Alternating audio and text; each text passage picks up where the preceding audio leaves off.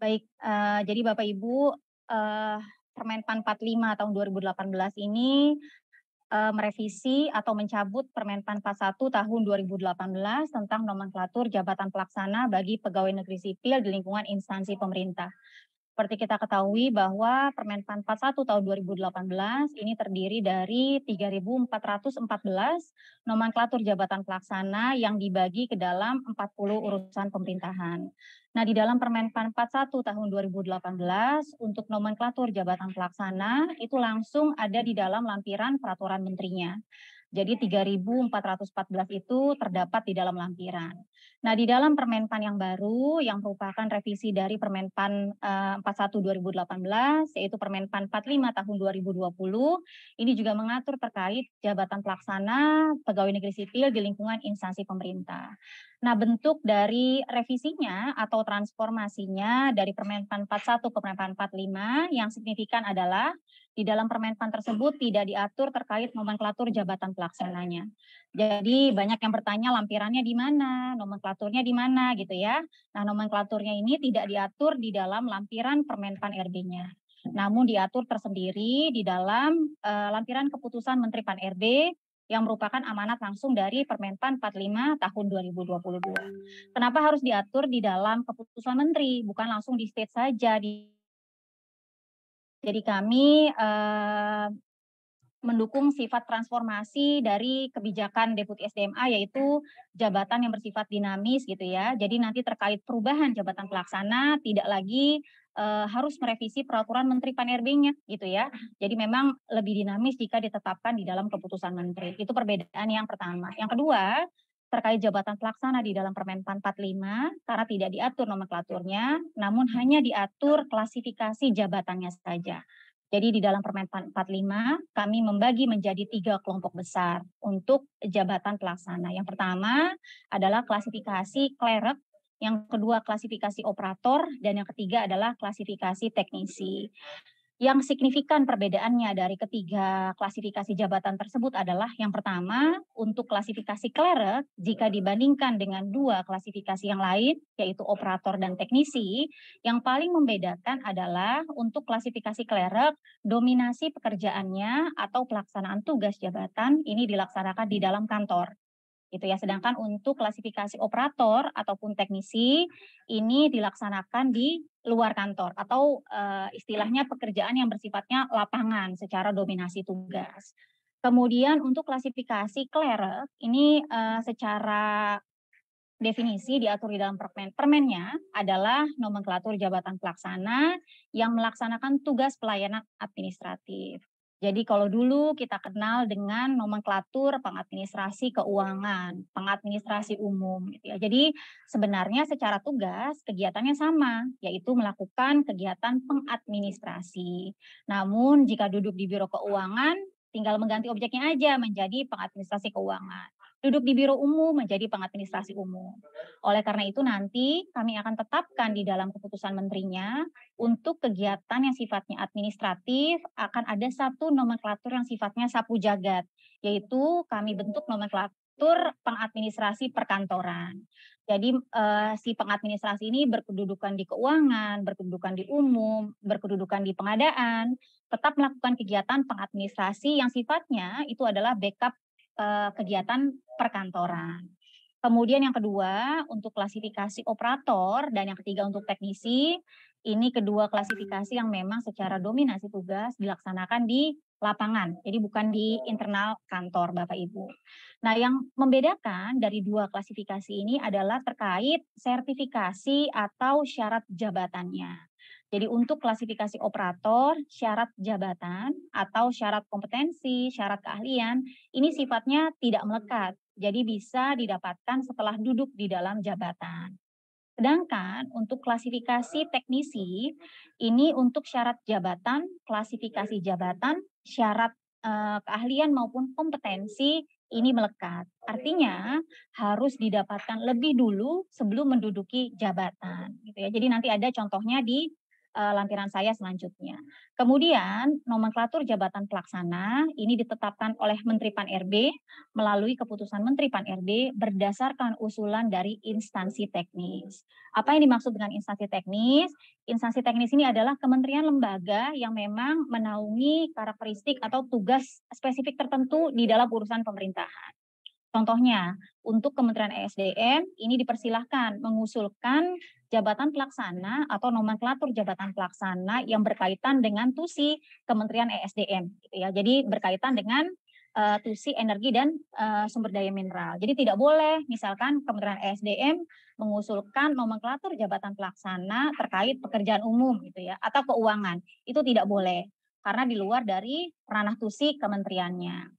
Atau misalkan untuk Kementerian Keuangan yang mengusulkan nomenklatur jabatan pelaksana terkait tugas perusahaan pemerintahan di bidang keuangan. Jadi tidak lagi lintas TUSI. Nah, usulannya ini memang harus bersifat general. Jadi kami menerima beberapa usulan dari instansi, ini sifatnya masih terkelompok sektoral gitu ya. Jadi setiap eselon 1 ada nomenklaturnya gitu ya. Sedangkan kami untuk konsep transformasi dari revisi Permenpan 41, kami ingin menciptakan jabatan atau nomenklatur jabatan yang sifatnya dinamis. Jadi kami lebih mendukung arah kebijakan atau pengusulan nomenklatur jabatan pelaksana yang sifatnya umum, tidak lagi terspesifik hanya berdasarkan kedudukan atau unit organisasi. Kemudian untuk jabatan pelaksana yang sifatnya umum atau general atau kesekretariatan, ini ditetapkan oleh Menteri Pan-RB tanpa menunggu usulan dari instansi teknis. Contohnya apa? Tadi saya sudah sebutkan salah satunya pengadministrasi perkantoran, dan beberapa jabatan lain untuk duduk di klasifikasi clerk. Nanti akan saya berikan contohnya di slide berikutnya. Nah, ini poin paling penting yang diatur di dalam pasal 9 Peraturan Menteri Pan-RB nomor 45 tahun 2022 adalah untuk nomenklatur jabatan pelaksana di dalam Permen Pan 41 tahun 2018 tidak berlaku lagi setelah keluarnya atau ditetapkannya nomenklatur jabatan pelaksana yang diatur di dalam keputusan Menteri Pan-RB. Jadi nanti setelah terbit nomenklatur jabatan pelaksana di dalam lampiran keputusan Menteri Pan-RB, Bapak Ibu harus segera menyesuaikan nomenklatur existing yang masih berpacu pada Permenpan 41 dengan nomenklatur jabatan pelaksana yang baru. Jadi tidak ada masa transisi di dalam Permenpan 45 tahun 2022. Kemudian ini contohnya Bapak Ibu untuk klasifikasi clerk, ini Menpan yang menetapkan karena berkaitan dengan TUSI kesekretariatan atau tugas jabatan secara umum. Jadi salah satunya ini adalah penelaah teknis kebijakan. Jadi penelaah teknis kebijakan ini adalah nomenklatur jabatan pelaksana yang saat ini atau existing kita kenal di dalam Permenpan 41 yang sifatnya analis gitu ya, atau yang dengan latar jenjang pendidikan sarjana. Misalkan contohnya analis tata laksana, analis kesejahteraan SDM, analis perencanaan SDM. Nah, ini nanti setelah ditetapkan Kemennya, ini disesuaikan dengan nomenklatur penelaah teknis kebijakan, gitu ya. Kemudian untuk jenjang atau tingkat pendidikan D3 gitu ya. Ini kami buatkan nomenklatur yang sifatnya general atau kesekretariatan adalah pengelola bahan administrasi. Ini untuk yang D3. Nah, untuk yang di bawah D3, D2, dan SMA, ini ada nomenklatur jabatan pengadministrasi perkantoran.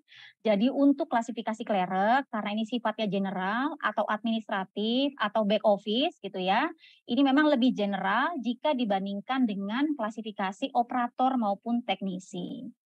Kami beri contoh untuk klasifikasi operator, jadi memang ada beberapa yang masih kami validasi bentuknya. Nah, ini salah satunya, ini adalah nomenklatur jabatan pelaksana penjaga tahanan. Jadi penjaga tahanan ini adalah klasifikasi operator di mana memang untuk pelaksanaan kegiatannya atau tugas jabatannya ini dilaksanakan di luar kantor gitu ya. Jadi untuk nomenklatur jabatan pelaksana tidak bentuk dukungan administratif gitu ya. Nah, untuk spesifikasi atau syarat jabatannya ini memang ada di klab tambahannya, namun bisa didapatkan setelah duduk sebagai penjaga tahanan. Jadi tidak menjadi syarat untuk duduk sebagai penjaga tahanan. Nah, untuk penata layanan operasional ini misalkan customer service gitu ya, atau pengelolaan di kerumah tanggaan gitu ya, yang sifatnya memang cenderung lebih besar di lapangan gitu ya.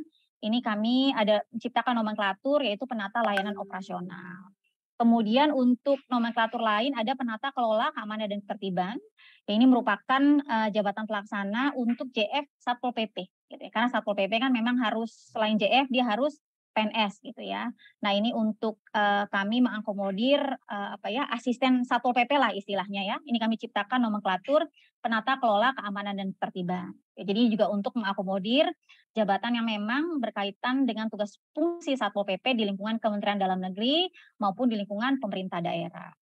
Kemudian untuk klasifikasi teknisi ini menjadi syarat jabatan gitu ya, sertifikasi maupun syarat kompetensi menjadi kewajiban untuk didapatkan sebelum duduk di jabatan.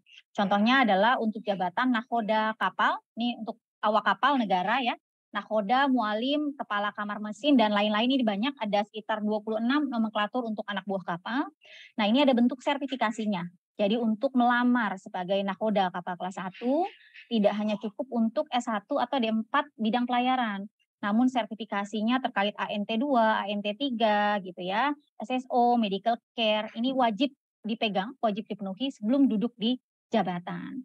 Nah, untuk syarat sertifikasinya ini akan muncul nanti pada saat eh, syarat pelamaran gitu ya untuk pembukaan CPNS. Jadi tidak bisa dilamar dari fresh graduate gitu ya. Namun untuk sertifikasi plus-plusnya ini wajib dipegang dulu untuk lamar sebelum mendaftar ke lowongan kebutuhan untuk anak buah kapal gitu ya.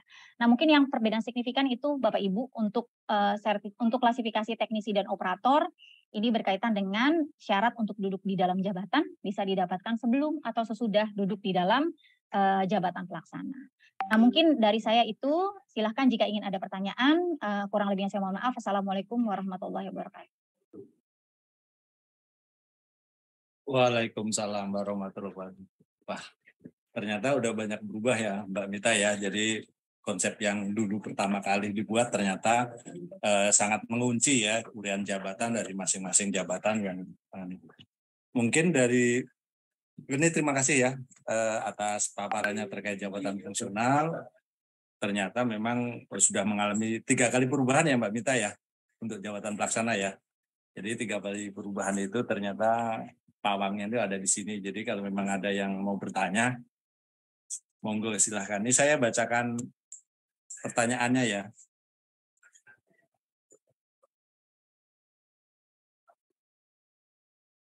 Ini dari Pak Agus Purwanto melalui YouTube Mbak Mita. Jadi kalau pendidikannya S2, Environment Management masa kerja 13 tahun, jabatannya pengelola barang persediaan, berapa grade kelas jabatannya? Ini mungkin waktu dulu pelaksana itu kan memang klasifikasinya ada S1, Diploma 3 sama SMA dan sederajat. Nah, ini ternyata pertanyaan Pak Purwanto itu S2 tetapi masa kerja 13 tahun ini tapi jabatannya pengelola barang persediaan. Nah, ini kira-kira grade-nya apakah berpengaruh walaupun dia S2 atau bagaimana? Monggo Mbak.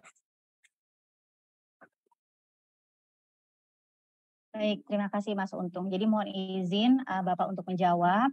Nah, untuk jabatan pelaksana terkait kelas jabatan itu penilaiannya hanya berdasarkan dari jenjang pendidikan, Bapak. Jadi untuk jabatan pelaksana memang untuk maksimum grade-nya atau kelas jabatannya itu 7.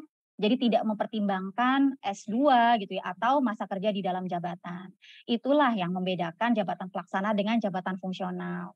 Kalau Bapak duduk di jabatan fungsional, berapa lama Bapak duduk di dalam jabatan, itu akan mempengaruhi Bapak duduk di jenjang apa gitu ya, sehingga akan mempengaruhi gradingnya untuk duduk di dalam jabatan. Sedangkan untuk jabatan pelaksana tidak Bapak gitu ya. Karena pun nanti arah karir ke depannya untuk pegawai negeri sipil ini akan diarahkan untuk karir ke dalam jabatan fungsional, bukan jabatan pelaksana. Karena kalau kita mencari karir dengan grading yang tinggi gitu ya, ini bukan di jabatan pelaksana kedudukannya. Karena jabatan pelaksana untuk jenjang pendidikan sarjana ya maksimal 7 maaf kelas jabatannya. Jadi tidak untuk berapa lama duduk di jabatan, S2 pun gitu ya, itu tidak mempengaruhi nilai jabatan. Karena kita bicara, kalau kita bicara kelas jabatan, yang kita nilai adalah jabatannya Bapak, gitu ya, bukan pejabatnya. Gitu. Jadi standar apa yang dibutuhkan untuk duduk di dalam jabatannya, itu yang kita nilai untuk melakukan evaluasi jabatan dalam penetapan kelas jabatan. Terima kasih. Baik, terima kasih. Mungkin gambarannya mungkin Pak Purwanto ini mungkin kita nggak tahu apakah dulu waktu masuk itu sebagai pendidikannya Diploma 3, baru dia diklat, atau dia pendidikan. Karena pada prinsipnya pengangkatan dalam jabatan pelaksana itu memang disesuaikan dengan lowongan jabatannya mungkin Mbak Mita ya, dengan terus tingkat pendidikannya yang memang saat itu memang pas buat Pak Purwanto tersebut. Karena kalau melihat dari S2-nya tentunya harusnya tidak pengelola, minimal dia seorang analis ya, kalau nggak salah seperti itu ya. Ini mungkin pertanyaan selanjutnya, silahkan Bapak Ibu yang dari link Zoom ataupun yang ikut dalam YouTube. Ini kebetulan Mbak Mita ini pakarnya ya, jadi dari pertama ikut nyusun sampai yang terakhir ya, ikut melakukan perubahan-perubahan ya. Jadi tentunya kalau ada hal-hal yang mau ditanyakan, minimal dapat pencerahan. Seperti tadi juga Mbak Itma juga pakarnya ya, dari lahir sampai sekarang masih menekunin jabatan fungsional.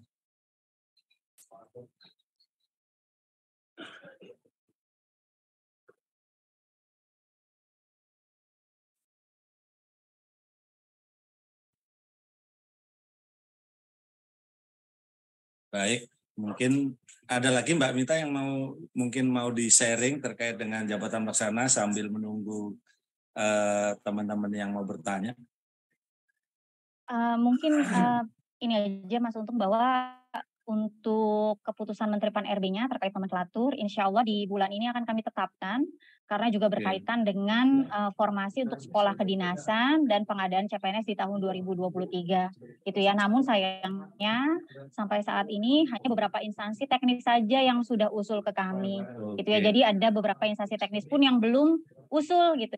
Takutnya tidak terakomodir saja di dalam lampiran keputusan menterinya. Oh baik, berarti konsepnya agak berbeda dengan jabatan pelaksana yang sebelumnya ya, bahwa nama-nama jabatan itu including di dalam keputusan permen ya, sekarang permen, tapi kalau sekarang dia seperti penetapan formasi zaman dulu berarti ya. Kembali lagi ya. Berarti nanti jabatannya akan nambah banyak. Untuk tahun ini kira-kira jadi berapa, Mbak? Sampai saat ini kalau kami validasi dan petakan untuk ketiga klasifikasi itu totalnya 150 nomenklatur jabatan pelaksana dibagi menjadi 3 klasifikasi. Oh gitu ya. Jadi ya. Jadi memang memudahkan teman-teman di KL kalau misalnya ada jabatan yang masih belum terakomodir di kebijakan ke permennya, masih tetap ada kemungkinan untuk ditetapkan dalam keputusan menteri seperti formasi. Baik, ya. Mbak Mita, mungkin waktunya juga sudah 2:30 ya. Jadi kalau misalnya ada hal lain, coba saya lihat dulu. Ada lagi pertanyaan? Oh, ini ada lagi Mbak Zuri Afriani Wulandari.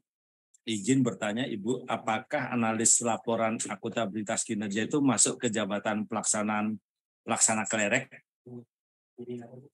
Jadi ini ada analis laporan akuntabilitas kinerja. Ini kira-kira masuk ke kelompok yang mana? Monggo Mbak. Jadi untuk semua nomenklatur analis yang ada di dalam Permen PAN 41 2018, ini kami arahkan ke dalam nomenklatur penelaah teknis kebijakan yang masuk ke dalam klasifikasi klerek. Kecuali misalkan ada beberapa nomenklatur analis yang merupakan amanat undang-undang maupun PP yang kedudukan hukumnya gitu di atas permen, ini mungkin masih bisa kami akomodir untuk ditetapkan nomenklaturnya di dalam lampiran Kepmen. Namun untuk yang sifatnya general, untuk nomenklatur analis silahkan menggunakan atau menyesuaikan dengan nomenklatur penelaah teknis kebijakan di dalam lampiran Kepmen yang akan segera ditetapkan. Jadi memang mungkin itu yang bisa disampaikan. Terus ada lagi tambahan, ketika keputusan menteri sudah ditetapkan, apakah pemerintah daerah juga diharuskan melakukan dan mengusulkan evaluasi jabatan ulang? Ini mungkin karena mereka sudah bikin FJAP, sehingga kalau misalnya ada perubahan, kalau kemarin kan jabatan fungsional kan dipatok harus itu, kan? Sekarang karena ada kelulusan untuk mengusulkan nama jabatan yang memang tidak mana Mbak? Jadi apakah harus siap ulang atau bagaimana? Iya, betul. Jadi setelah lampiran Kementerian nanti terbit, Bapak Ibu diwajibkan untuk menyesuaikan kembali peta jabatan, kemudian mengusulkan kembali evaluasi jabatan untuk diberikan persetujuan Menteri Pan-RB terkait kelas jabatannya. Namun yang diusulkan hanya perubahannya saja, Bapak Ibu, tidak perlu keseluruhan gitu ya. Jadi hanya untuk nomenklatur jabatan pelaksananya saja, karena berkaitan dengan perubahan nomenklatur serta penyesuaian di unit kerjanya gitu ya. Karena kan nanti sifatnya lebih general untuk nomenklatur jabatan pelaksananya. Baik, jadi prinsipnya kalau memang ada jabatan baru tentunya harus dilakukan evaluasi jabatan. Seperti juga yang lain, kalau misalnya ada organisasi baru juga harus dilakukan analis jabatan. Ini ada pertanyaan lagi Mbak dari Oktavian melalui YouTube mau bertanya apakah jabatan pelaksana maksimal pangkatnya mentok sampai pangkat apa? Mungkin ini mungkin pertanyaan bagi teman-teman jabatan fungsional ya. Apakah pangkatnya mentok atau bagaimana? Monggo Mbak. Kalau jabatan pelaksana itu pangkatnya mentok ya sesuai dengan jenjang pendidikannya Bapak Ibu gitu ya. Jadi kalau misalkan dia S1, S2 itu membedakan untuk pangkat mentoknya. Karena jabatan pelaksana itu berbeda dengan fungsional gitu ya. Kalau Bapak Ibu di fungsional naik jenjang pendidikan, naik masa jabatan gitu ya, itu bisa naik juga untuk jenjang jabatan fungsionalnya, berbeda dengan jabatan pelaksana gitu ya. Jadi kalau di S2 ya berarti mentoknya di 4A gitu ya. Nah ini nanti disesuaikan dengan jenjang pendidikannya kalau untuk di jabatan pelaksana. Oke, jadi karena memang dasarnya adalah jenjang pendidikan, tentunya sesuai aturan mentoknya ada di jenjang pendidikan. Kalau nggak salah, kalau SRTA itu mentoknya di 3D kalau nggak salah seperti itu. Ada lagi Mbak, ini pertanyaan. Tadi disampaikan untuk lampiran klasifikasi jabatan akan ditetapkan Kemenpan. Kira-kira kapan? Ini tadi kayaknya udah dijawab ya. Jadi akan segera ditetapkan, tapi segeranya kita ya nunggu. Ini dari Papua nih Mbak, ada pertanyaan. Bagaimana dengan dinas teknis untuk bisa mengarah ke jabatan fungsional? Ini maksudnya mungkin kalau ada dinas-dinas yang teknis, tentunya jabatan fungsionalnya seperti apa? Gimana Mbak? Jabatan fungsional ya. Berarti kalau Ya. jabatan fungsional ya ini untuk dinas teknis diarahkan sama aja sih dengan jabatan pelaksana ya. Kalau untuk dinas teknis ya memang berkiblatnya, kalau untuk pelaksana berkiblatnya ke instansi teknisnya, misalkan dinas PU ya instansi teknisnya adalah Kementerian PUPR gitu ya. Nah kalau untuk jabatan fungsional di dinas PU ya instansi pembinanya Kementerian PUPR. Jadi sebenarnya mirip-mirip gitu. Nah nanti di dalam kalau jabatan pelaksana, nanti di Kemennya itu akan kami mention instansi teknisnya siapa gitu ya. Jadi misalkan Bapak punya pertanyaan, misalkan nanti ada jabatan penata kelola gedung dan bangunan gitu ya, instansi teknisnya PU. Nanti silakan kontak ke PUPR untuk dinas teknisnya terkait karakteristik jabatan pelaksananya gitu ya. Baik, ini ada pertanyaan tambahan lagi nih di YouTube, banyak banget Mbak yang ingin mengetahui tentang jabatan pelaksana. Ini dari Mas Ari Nur, nomenklatur analis dan akan dihapus karena analis perkara peradilan yang tidak ada dalam undang-undang, tetapi diakomodir. Nih maksudnya ada masukan bahwa analis perkara peradilan karena tidak ada di undang tapi diakomodir di jabatan pelaksana. Gimana Mbak? Baik, jadi untuk nomenklatur analis sebenarnya memang tidak bisa lagi diakomodir di dalam jabatan pelaksana karena secara standar kompetensi untuk fungsi analisis itu tidak dilakukan oleh para pejabat pelaksana gitu ya secara standar kompetensi. Jadi memang untuk di klasifikasi jabatan baik klerek, operator maupun teknisi kami tidak lagi menggunakan nomenklatur analis, namun kepenlaah, pengelola dan lain-lain. Sedangkan untuk satu-satunya nomenklatur analis di dalam klasifikasi klerek yaitu analis perkara peradilan itu adalah nomenklatur jabatan pelaksana yang merupakan pintu masuk untuk Cakim. Kalau dulu di Permen 41 ya, Mas Untung ya, itu kan ada Cakim ya. Jadi disesuaikan nomenklaturnya menjadi analis perkara peradilan. Jadi ini hanya untuk mengakomodir waktu itu ya, tapi kalau nantinya memang mau dihapus, sesuai dengan usulan dari instansi yang bersangkutan. Karena kan Menpan sebenarnya kan melakukan pengelompokan ini berdasarkan jabatan-jabatan yang ada di instansi. Baik, ini mungkin pertanyaan terakhir. Secara klasifikasi disederhanakan, namun pastinya nanti akan banyak lagi nama setelah dibuatkan turunannya oleh kementerian. Lalu apa bedanya dengan Permenpan lama yang pada akhirnya banyak nama jabatan? Ini mungkin yang dulu sebelumnya sekitar 3.000, sekarang diklasifikasikan, terus ada usulan masing-masing instansi, nanti akan bengkak lagi lah. Mungkin pertanyaan gimana kira-kira langkah-langkahnya biar tidak membengkak seperti yang kejadian-kejadian sebelumnya. Sebenarnya membengkak seperti kejadian-kejadian sebelumnya pun di Permen 41 lumayan kami sederhanakan ya Mas Untung ya, dari puluhan ribu hanya menjadi 3.000 gitu ya. Nah sedangkan untuk Permenpan 45 ini memang kami benar-benar konsepnya adalah penyederhanaan gitu ya. Jadi untuk usulan di instansi pun kami benar validasi, kami kelompokkan secara general atau besarannya gitu ya, sudah tidak lagi per sektoral gitu ya, sehingga nanti untuk nomenklatur jabatan pelaksana di dalam Kepmennya itu akan jumlahnya berkurang banyak gitu ya. Nah, kalau dulu 3.414, jadi saat ini itu masih di bawah 200 nomenklatur saja. Karena sudah kami tetapkan secara otomatis untuk jabatan yang memang sifatnya pendukung atau administratif gitu. Jadi secara karakteristik sudah kami bedakan dengan jabatan yang supporting untuk teknisnya gitu ya. Jadi memang kami bedakan di mana yang general dan mana amanat undang-undang, serta mana yang merupakan pendukung utama secara teknis. Baik, artinya bahwa dengan adanya ini kan sebenarnya tujuannya untuk memberikan kemudahan ya. Jadi kalau dulu kan kita masukkan semuanya karena memang jabatan analis itu kan fungsional itu kan belum terlalu banyak. Sekarang kan dengan adanya jabatan fungsional tentunya yang level analis atau yang analis itu kan masuk kita dorong untuk menjadi fungsional. Baik, terima kasih Mbak Mita. Ini penjelasannya sangat gamblang ya. Jadi memang beliau ini mengikuti dari proses awal jabatan pelaksana sampai dengan model yang terbaru. Mungkin kalau sudah tidak ada lagi, nih sudah sudah cukup dari atau ada lagi? Ini sudah tinggal kader. Mungkin ada lagi yang mau disampaikan lagi Mbak Mita sebelum kita tutup? Terima kasih banyak nih atas waktunya ya. Dari saya cukup Mas Untung, terima kasih.